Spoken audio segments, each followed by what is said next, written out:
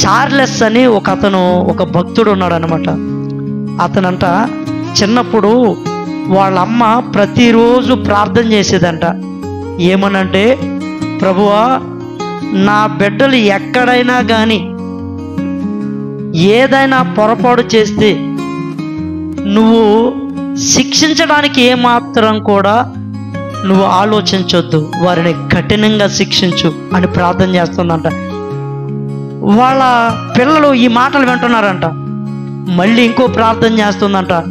ఏమనంటే, దేవుని బిడ్డలారా, మళ్ళీ ఏమని ప్రార్థన చేస్తుందంటే, ప్రభువా, నా పిల్లలు గనక పాపం చేశారంటే నేను పరలోకములో అక్కడ తీర్పు తీర్చేటప్పుడు ఇదిగో నిన్ను వాళ్ళు సరిగా పట్టుకోలేదు కాబట్టి, నిన్ను సరిగా వెంబడించడం లేదు కాబట్టి నేనే వాళ్ళ మీద నేరారోపణ చేయడానికి అక్కడ తీర్పులో సాక్ష్యం చెప్తాను ప్రభు అని ప్రార్థన చేస్తుందంట. వీళ్ళ పిల్లలకి గజగజలాడిపోతున్నారు. ఏంది, మా అమ్మ తప్పు చేస్తే శిక్షించేనానని తండ్రికి దేవుడికి చెప్తా ఉంది. ఇదిగో వీళ్ళ గనుక సరిగా మేము వెంబడించకపోతే నేనే వచ్చి అక్కడ తీర్పు దగ్గర సాక్ష్యం చెప్తానంటుంది ఏంటి అని వాళ్ళకంట గుండెల్లో భయం అయిపోయేదంట.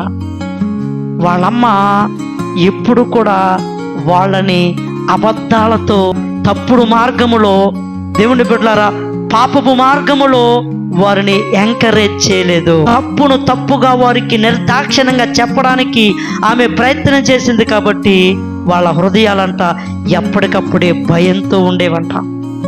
చూడండి దేవుని బిడ్డలారా, అతని తల్లి ఎప్పుడైతే వాళ్ళ యొక్క పొరపాట్లను, వాళ్ళ యొక్క పాపములను ఎప్పటికప్పుడే ఖండిస్తూ ఉందో, దిద్దుతూ ఉందో, వాళ్ళ హృదయాలలో అంట ఇది కరెక్ట్ కాదు, ఇది కరెక్ట్ కాదు అంటే నేను చేసేది కరెక్ట్ కాదు అనుకుని వాళ్ళ హృదయాలలో సత్యము స్థాపించబడుతుందంట.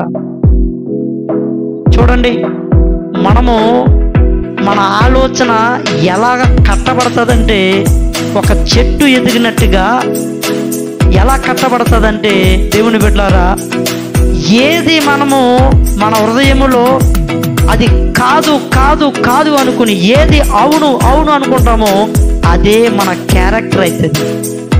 మనకంటూ స్పెషల్ క్యారెక్టర్ ఏముండదు, మనకంటూ ఒక స్పెషల్ వ్యక్తిత్వం అంటూ ఏముండదు. ఏది కరెక్ట్ అని విశ్వసించామో, ఇది తప్పు అని ఏదైతే విశ్వసించామో అదే ఆలోచనలే మన వ్యక్తిత్వాన్ని నిర్మిస్తాయి. చూడండి, ఆ చార్లెస్ అనే వ్యక్తి యొక్క వ్యక్తిత్వాన్ని వాళ్ళమ్మ అద్భుతంగా నిర్మించింది.